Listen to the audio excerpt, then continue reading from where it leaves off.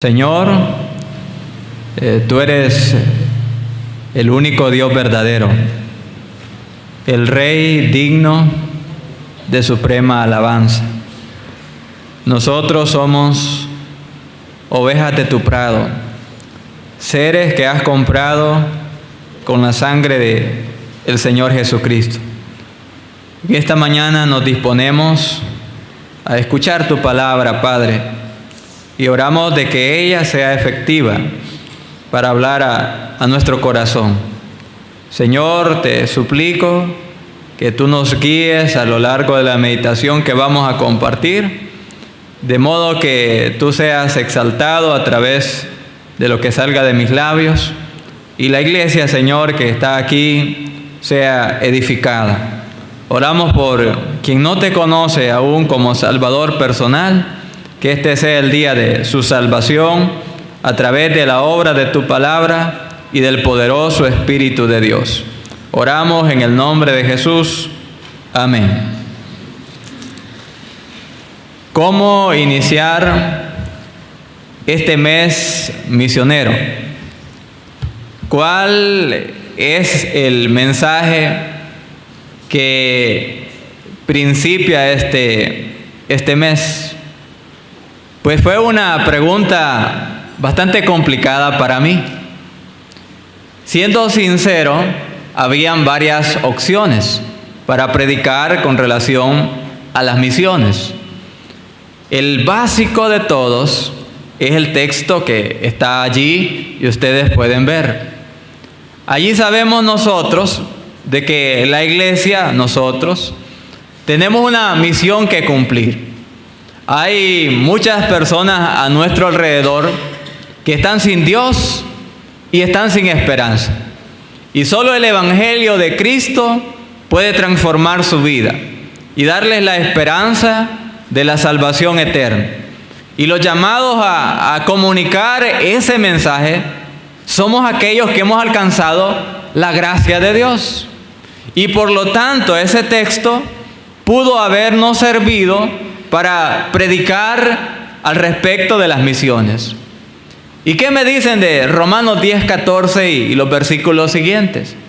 Donde el apóstol Pablo dice: ¿cómo pues invocarán a aquel en el cual no han creído? ¿Cómo pues invocarán el nombre del Señor si no se les predica? Era un texto también oportuno para predicar.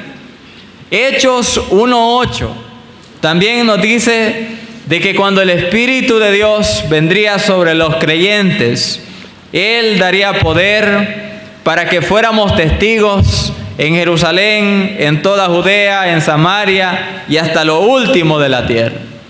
Y si vamos a las páginas del Antiguo Testamento, el profeta Isaías dice: venid y sed salvos todos los términos de la tierra.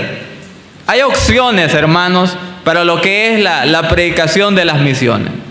Pero yo quiero en esta mañana, y es lo que creo que Dios ha puesto en mi corazón, compartir con ustedes un panorama bíblico acerca de la misión de Dios en toda la Escritura.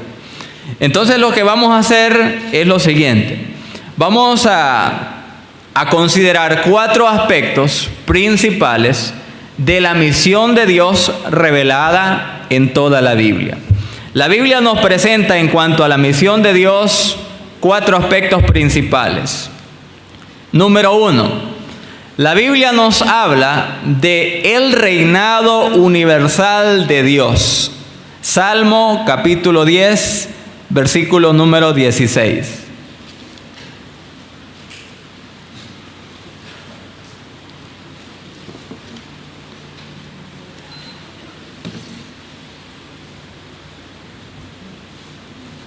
Me ayudan con ese, me está desconcentrando, por favor. Dice la Escritura en el Salmo 10, versículo 16.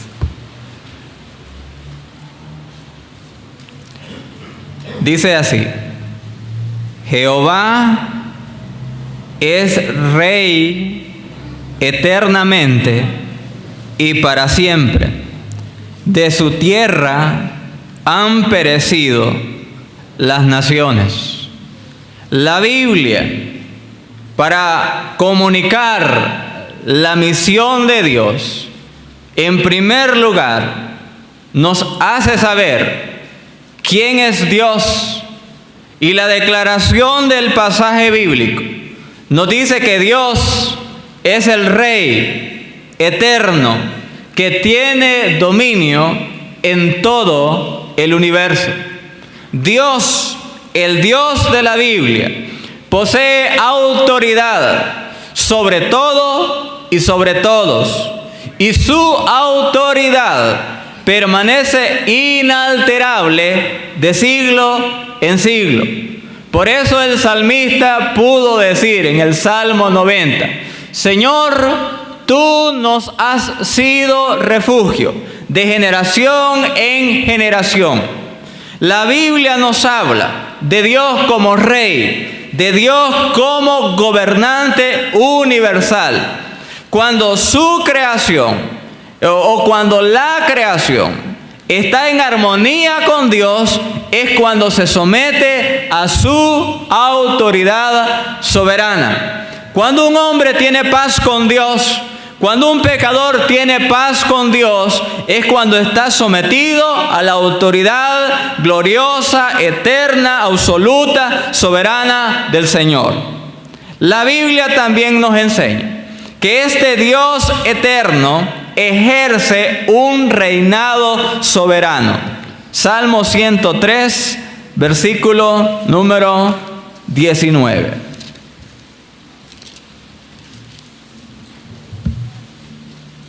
Dice la Biblia lo siguiente. Salmo 103, versículo número 19. Jehová estableció en los cielos su trono, y su reino domina sobre todos. La Biblia nos enseña que quien tiene el control de cada cosa que ocurre en este universo es Dios. En sus manos está el destino de cada criatura y de cada cosa que existe en el universo. Dios es quien tiene un control total, completo de toda la historia, de principio a final. Dios ha establecido qué se hará, y todo aquello que Dios ha establecido que se hará se cumplirá al pie de la letra. Se oponga quien se oponga, la voluntad de Dios prevalecerá. Y el plan de Dios llegará a su final, a su culminación, tal y cual Él desde la eternidad lo trazó. Y dice acá el salmista, Jehová estableció en los cielos su trono, y su reino domina sobre todos. Dios dirige el destino de cada ser creado en cumplimiento a sus propósitos sabios, hermanos. ¿Saben algo, amigos? Incluso Dios usa a sus enemigos para cumplir su perfecto plan. A veces los hombres, a veces Satanás y sus demonios piensan que están haciendo su voluntad, piensan que están obrando en total rebelión contra Dios y que no están obedeciendo a sus designios, pero aún cuando parece de que ellos tienen el control y se saldrán con la suya, Dios usa a sus enemigos para dar cumplimiento a su glorioso y perfecto plan. Acompáñenme conmigo al libro del profeta Daniel, capítulo 4, versículo 34 y versículo número 35. Estas palabras nos hablan de Dios como el eterno Rey, cuyo reinado es soberano y permanecerá de siglo en siglo. Dice la Escritura lo siguiente. Estas son palabras de una persona, de un rey terrenal, el más importante de su época, Nabucodonosor.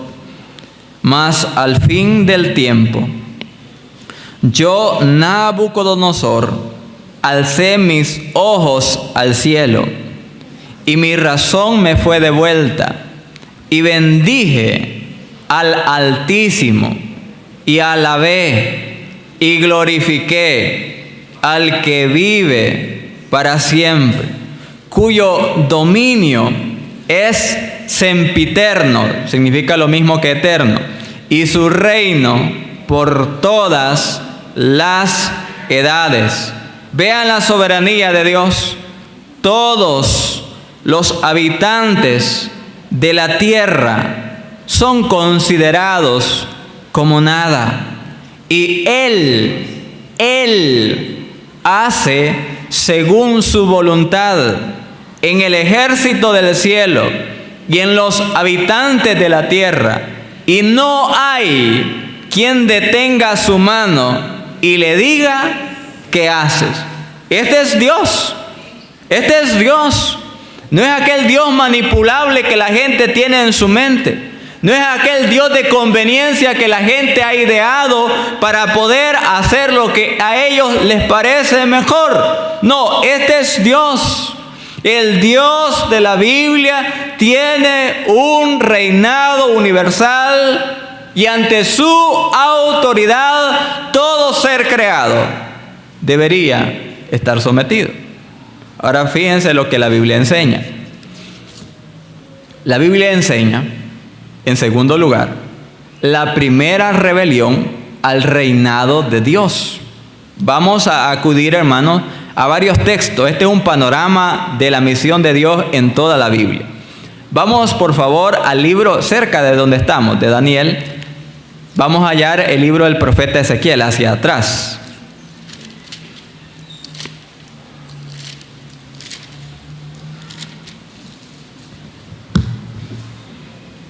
En la eternidad pasada, Dios ejercía un gobierno soberano.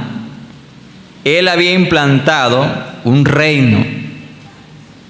De acuerdo a lo que entendemos de la Biblia, Dios creó a los seres angelicales antes que a los seres humanos. Y hubo una rebelión en contra de ese reinado universal de Dios.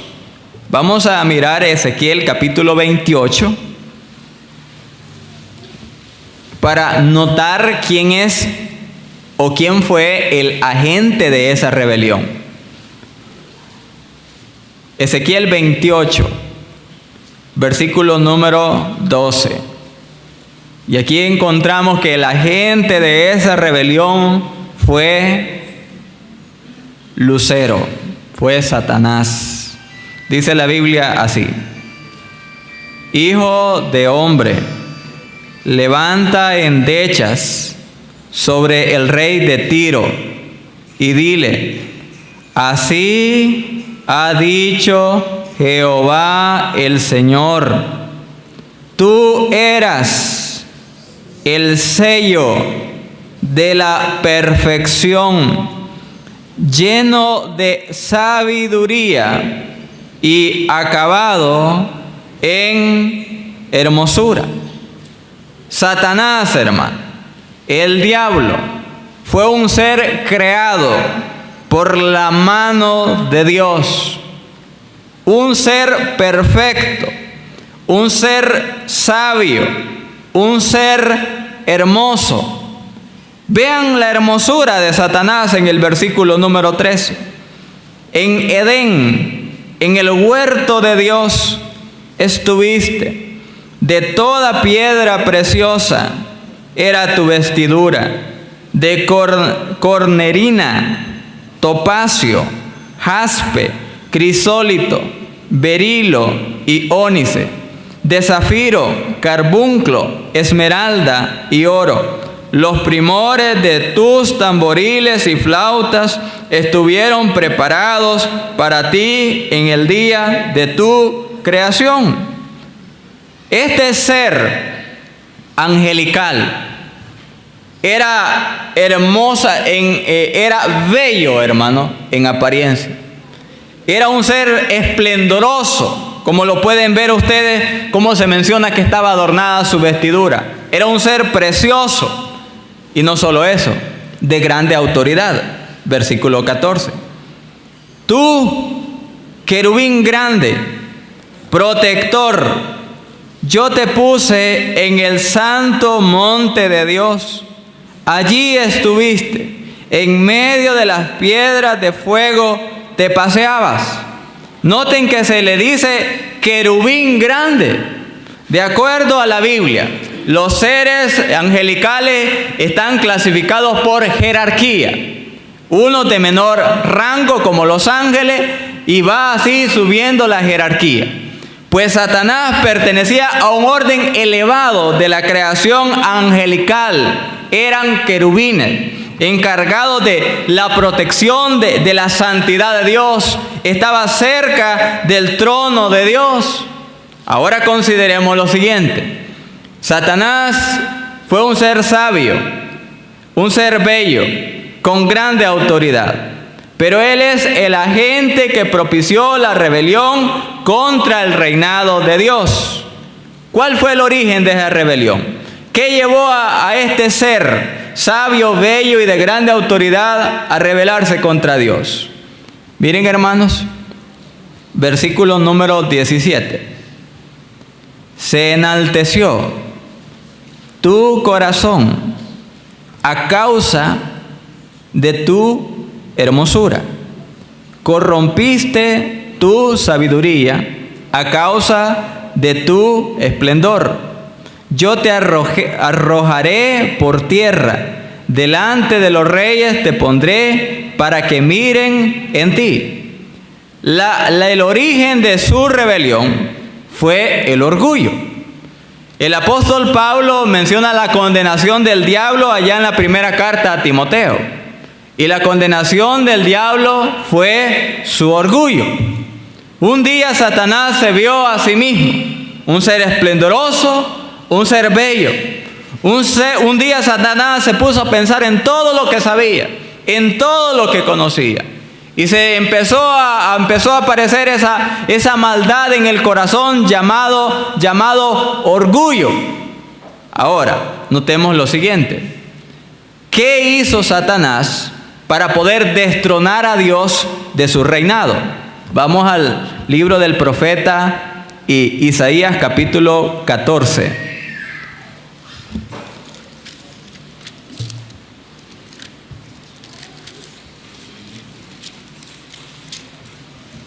Versículo número 13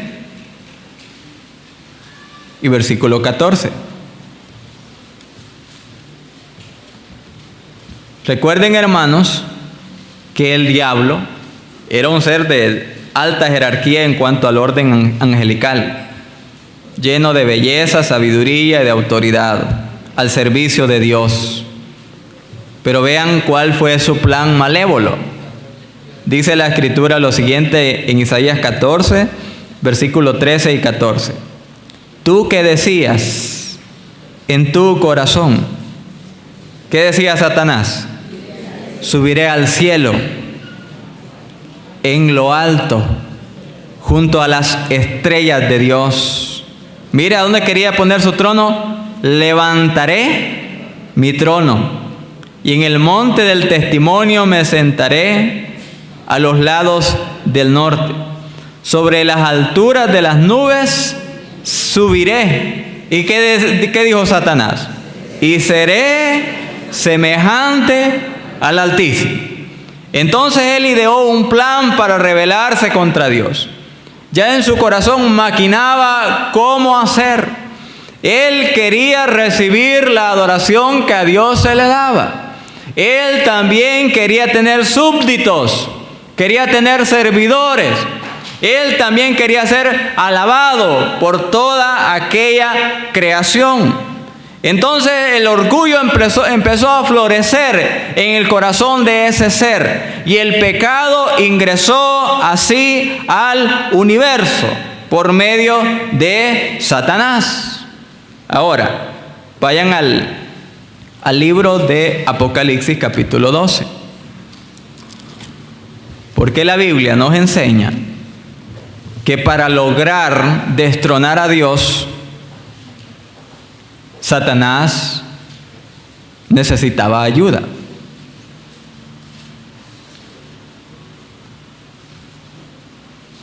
Y por esta razón, Satanás buscó el apoyo de otros ángeles.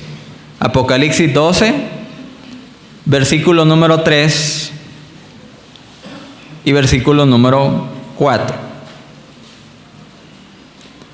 Dice la Biblia lo siguiente: también apareció otra señal en el cielo. He aquí un gran dragón escarlata que tenía 7 cabezas y 10 cuernos, y en sus cabezas 7 diademas. Está hablando del diablo, hermano. Y su cola arrastraba la tercera parte de las estrellas del cielo y las arrojó sobre la tierra. Y el dragón se paró frente a la mujer que estaba para dar a luz, a fin de devorar a su hijo tan pronto como naciese. Quiero que enfoquen su atención en la primera parte del versículo 4. Porque para revelarse, para poner su trono junto al trono de Dios, para recibir adoración universal, Satanás ocupaba seguidores. Y aquí dice de que en su rebelión arrastró la tercera parte de las estrellas del cielo. ¿A qué se refiere aquí? A la tercera parte de la creación angelical. Hubo un grupo de ángeles, hermanos, que se unieron a la rebelión que Satanás promovía para quitar a Dios de su reinado. Obviamente, pues falló. Ahora quiero que nos pongamos a pensar en lo siguiente. Cuando Satanás se rebela contra Dios, ocurre 3 cosas. Su caída de la posición que tenía. Número 2, la caída de la tercera parte de la creación de los ángeles, de la creación angelical. Y número 3, se formó un reino falso del cual Satanás es su líder. ¿Qué provocó esta primera rebelión? Provocó una usurpación al reinado universal de Dios. Mantenga eso en mente. Ahora vamos a Génesis capítulo 3. Porque en tercer lugar, la Biblia nos presenta la primera rebelión en la tierra. En Génesis, vamos a leer capítulo número 2, versículo número 16 y 17. El pecado había ya entrado en el universo. Estaba ya un reino falso, usurpando la autoridad de Dios. Estaba ya un perverso ser llamado en este caso Satanás, que significa adversario, oponiéndose a la autoridad de Dios. Ahora, Dios crea seres humanos. Y a estos seres humanos les da libertad moral, o como se llama, libre albedrío. Estos seres humanos, al igual que los ángeles, tenían la libertad entre escoger entre obedecer a Dios o desobedecerle, amarlo o rebelarse contra él. Y dice la Biblia en Génesis 2, 16 y 17. Y mandó Jehová Dios al hombre diciendo: de todo árbol del huerto podrás comer, mas del árbol de la ciencia del bien y del mal no comerás, porque el día que de él comieres, ciertamente morirás. Dios pone en el jardín de Edén a Adán y a Eva, y les da un único mandato: no comer del fruto de ese árbol. ¿Qué hicieron ellos? Génesis 3:6. Y vio la mujer que el árbol era bueno para comer y que era agradable a los ojos y árbol codiciable para alcanzar la sabiduría. Y tomó de su fruto y comió y dio también a su marido, el cual comió así como ella. Adán y Eva decidieron ser independientes de Dios, decidieron rebelarse contra Dios y decidieron no seguir el plan de Dios de amarlo con todo su corazón, de su propia voluntad. Y en este caso, hermano, el hombre y la mujer pasaron a unirse a Satanás en su reino, que está en rebelión contra el reinado universal de Dios. ¿Han notado esta frase? Miren, en cuanto a la decisión que tomó Adán y Eva, al hombre se le dieron las responsabilidades cósmicas de ejercer dominio sobre la tierra, pero en realidad no se le podía confiar ni un pedazo de fruta. El problema no fue la fruta, el problema no fue la serpiente, el problema no fue Satanás, el problema fue la decisión que ellos tomaron, porque decidieron escuchar mejor la voz del diablo que escuchar la voz de Dios, porque quisieron ellos vivir una vida independiente de Dios, creyendo que las cosas les iban a salir bien. Dios los probó allí. Si ellos, hermanos, no comen de ese árbol, hubiesen comido del árbol de la vida que también está en el huerto. ¿Sabe para qué? Para que jamás murieran, sino que vivieran en armonía con Dios de siglo en siglo para siempre. Ese era el plan de Dios. Pero el hombre se rebeló contra Dios, como sucede en el día de hoy. Y a causa de su rebelión, ¿qué vino a la tierra? Bueno, debido, hermano, a la desobediencia del hombre, vino a la tierra la muerte. Espiritualmente se separaron de Dios en el momento de su pecado. Progresivamente iban a morir, o mejor, en el trayecto de la vida, en el trayecto iban a morir físicamente. Y al final iban a morir eternamente, iban a estar separados de Dios debido al pecado humano, debido a su rebelión. Bueno, entonces aquí está en contexto la misión de Dios a lo largo de toda la Biblia, y falta un detalle. Resumo lo que he dicho hasta este momento.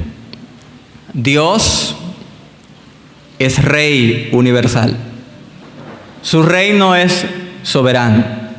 Tiene autoridad sobre todo ser creado, sobre todas las cosas. La primera rebelión promovida por Satanás fue un ataque directo al reinado de Dios. Dios no lo destruyó inmediatamente, sino que en el plan de Dios todavía estaba presente el usar a Satanás y a su falso reino para cumplir un propósito más elevado. Viene entonces la creación del ser humano. Dios quiere que el hombre lo ame voluntariamente, no como un robot, no a la fuerza, no por temor.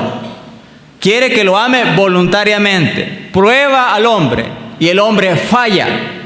Entonces ahora los seres morales, que son los seres humanos, están en rebelión contra Dios, condenados a la muerte física, condenados a la muerte eterna, si alguien no hace algo para ayudarlos. Pero aquí está la respuesta de Dios. Génesis capítulo número 3, versículo número 15. Y esto es lo que va a recorrer todas las páginas del Antiguo y Nuevo Testamento. Esta es una profecía de cómo Dios respondió a la rebelión del hombre y a la rebelión de Satanás. Y veamos lo que dice el pasaje bíblico. Y pondré enemistad, está hablándole a la serpiente, que obviamente era Satanás. Y pondré enemistad entre ti y la mujer, y entre tu simiente y la simiente suya. Esta te herirá en la cabeza, y tú le herirás en el calcañar. Ahora fíjense, hermanos, cómo hemos oído este pasaje bíblico. Obviamente alguien ha dicho, o varios hermanos han dicho, que este es el protoevangelio. Aquí está una imagen condensada de lo que es el evangelio en la Biblia. Y habla de la simiente o la descendencia de la serpiente y la descendencia o la simiente de la mujer. ¿Quién es la simiente de la serpiente? Satanás. ¿Quién es la simiente de la mujer? Es el Señor Jesucristo. ¿Qué dice la profecía bíblica? Esta, hablando de la simiente de la serpiente, que es el diablo, dice el versículo, esta te herirá en la cabeza. Ese es el Señor Jesucristo, la simiente de la mujer. ¿Y qué haría la simiente de la serpiente? Y tú le herirás en el calcañar. Bueno, vamos a resumirlo. Aquí, hermanos, se anunciaba la obra de Satanás y también la obra de Cristo en contra de Satanás. ¿Qué haría el diablo? Herir a Cristo allí ilustradamente en el calcañar. ¿Cuándo ocurrió esto, hermanos? Ocurrió en la cruz del Calvario. Satanás creyó que había vencido al Hijo de Dios y que allí se acababa la esperanza de rescatar a la humanidad que estaba perdida en el pecado y destinada a la condenación. Hirió al Señor allí en el talón. Pero ahora el diablo no sabía esto, de que esa muerte de Cristo propiciaría un golpe fatal para el diablo. Vamos a otro pasaje del Nuevo Testamento, que el apóstol Pablo también hace mención de esto, en Romanos capítulo número 16, versículo 20.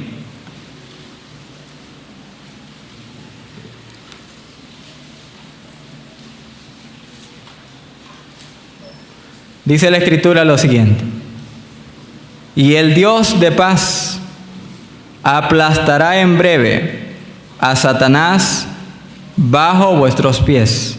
La gracia de nuestro Señor Jesucristo sea con todos vosotros.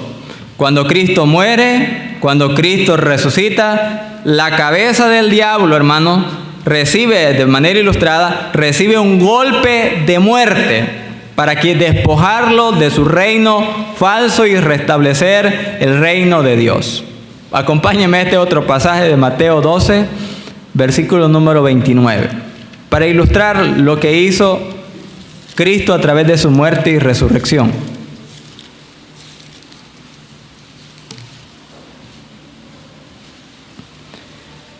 El Señor hace mención acá, está ilustrando el Señor, de cómo su poder es superior al poder del diablo. Y pone la siguiente ilustración. Versículo 28 y 29 para entender el contexto. Mateo 12 dice lo siguiente: pero si yo, por el Espíritu de Dios, echo fuera los demonios, ciertamente ha llegado a vosotros el reino de Dios. Porque, ¿cómo puede alguno entrar en la casa del hombre fuerte y saquear sus bienes si primero no le ata, y entonces podrá saquear su casa? Pónganse, hermano, a pensar aquí, concéntrense. En este caso, ¿quién es el hombre fuerte? Es Satanás. ¿Quién es el hombre más fuerte que lo ata? para saquear sus bienes, es el Señor Jesucristo. Entonces el Señor ilustra aquí su obra en la cruz del Calvario. Satanás creyó que lo había vencido. Satanás creyó eso. Pero en realidad quien estaba derrotando era Cristo a Satanás. Lo ató, le quitó su autoridad, le quitó su poder para poder restablecer lo que dice Apocalipsis capítulo 5, versículo número 11 y 12.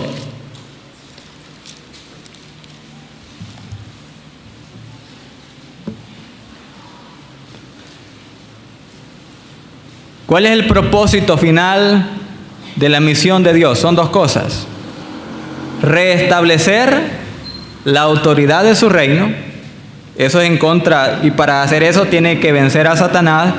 Y número dos, rescatar al pecador. Veamos que dice Apocalipsis 5, 11 y 12, donde estos dos propósitos de Dios se cumplen a través de la obra de Cristo. Dice la Biblia lo siguiente: y miré y oí la voz de muchos ángeles alrededor del trono, y de los seres vivientes, y de los ancianos, y su número era millones de millones, que decían a gran voz: el Cordero que fue inmolado es digno de tomar el poder, las riquezas, la sabiduría, la fortaleza, la honra, la gloria y la alabanza. Yo quiero que se fijen en el versículo, que en el versículo 12 se menciona la redención de Cristo, y también se menciona cómo Cristo restablece el reino de Dios Padre a través de su muerte, a través de su resurrección. ¿Cómo, hermanos, notamos eso en el versículo? ¿Qué título se le da a Cristo acá? ¿Qué título aparece en el versículo 12, hermanos? Cordero. Y cuando viene la palabra Cordero, ¿a qué obra se refiere? A la obra de redención. Juan el Bautista, cuando vio a Jesús que venía, ¿qué dijo sobre él? He aquí el Cordero de Dios que quita el pecado del mundo. ¿Y qué ha hecho Cristo a través de su muerte y resurrección?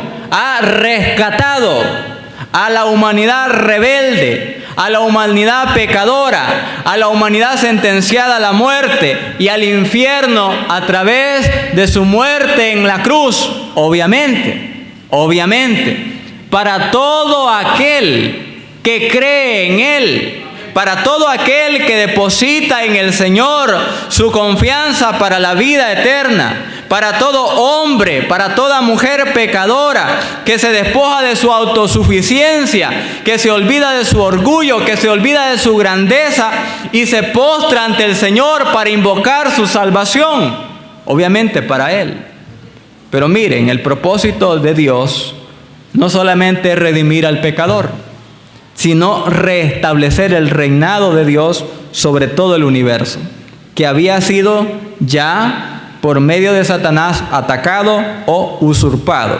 Y dice el versículo 12, allí mismo está el versículo, que decían a gran voz: el Cordero que fue inmolado. Eso tiene que ver con la redención del pecador, pero esto tiene que ver con el hecho de restablecer la autoridad del reino de Dios.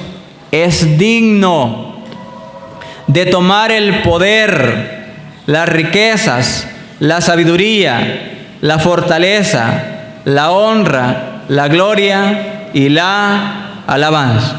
Hermanos, a través de Cristo, ese reino falso de las tinieblas, ese reino imitador, engañoso de Satanás, se le pondrá fin.